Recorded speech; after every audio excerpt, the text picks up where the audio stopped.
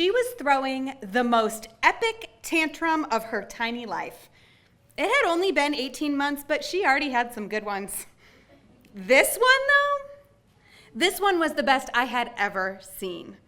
And I would have been impressed by it if I wasn't in charge of stopping it.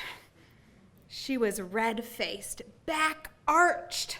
She was face down on the floor of a public restroom. And every time I tried to move her to the side of the doorway, she would scoot back to the middle.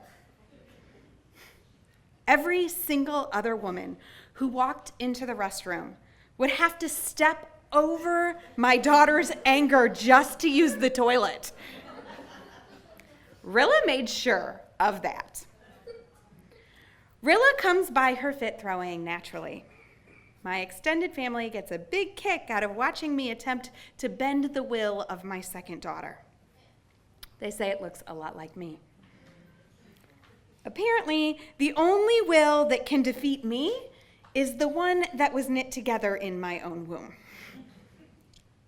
She gets her big feelings from me. While I eventually grew out of the fit throwing, my 18-month-old was just growing into it. And the rest of us is not grow-outable. I just am who I am. I'm loud and passionate and opinionated. I'm easily excitable. I exhaust even myself. Recently, a new friend told me that I might be better turning it down a couple notches, and I started laughing. I'm sorry. You thought I was at an 11? I thought I was at like a 4. It isn't the easiest way to be a lady, especially not a lady in the South. But I have learned the hard way that it is easier than being someone you aren't. And my tiny, fit-throwing daughter was born knowing exactly who she is and almost always what she wants. And that is what Rilla was, right there on the bathroom floor. She was a tiny woman who knew what she wanted. She wanted a drink of my Coke. And I too knew what I wanted. I wanted her to stop screaming and let me pick her up from the middle of the bathroom floor. And it would have been the most mortifying moment in my entire parenting career. This screaming public display of tiny, angry, feminine rage would have been the worst moment of my entire motherhood. It would have been horrifying and mortifying. But we were at the roller derby. So Rilla fit right in.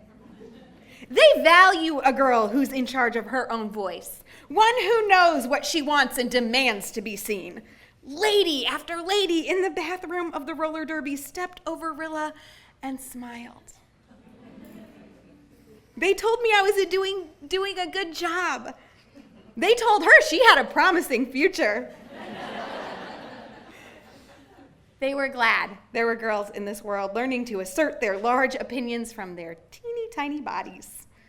They were glad that there was there to set boundaries for this force of nature. They were probably glad they didn't have to do it. And I remembered the way that I was mothered. My mom's patient and firm explanation about how my feelings were valid, but my battles needed to be chosen more carefully. As the women in the bathroom stepping over my screaming baby smiled at her, I too felt validated, reminded that even in the midst of my fit throwing, my mother was never ashamed of my big feelings. She loved the way I was built. And I only hope that I can guide my tiny roller girl in the same way that I was guided. That she would maintain the fierceness of her fight. That she would know her voice is powerful and that sometimes it is important to disrupt the order of things to get heard. That she is always savvy enough to know what might make the biggest scene, and that she would have the gall to throw her fit right there. And I hope that she would remember how she was mothered. That she would know that the fight in her is good. And that there are so many women who are proud of her.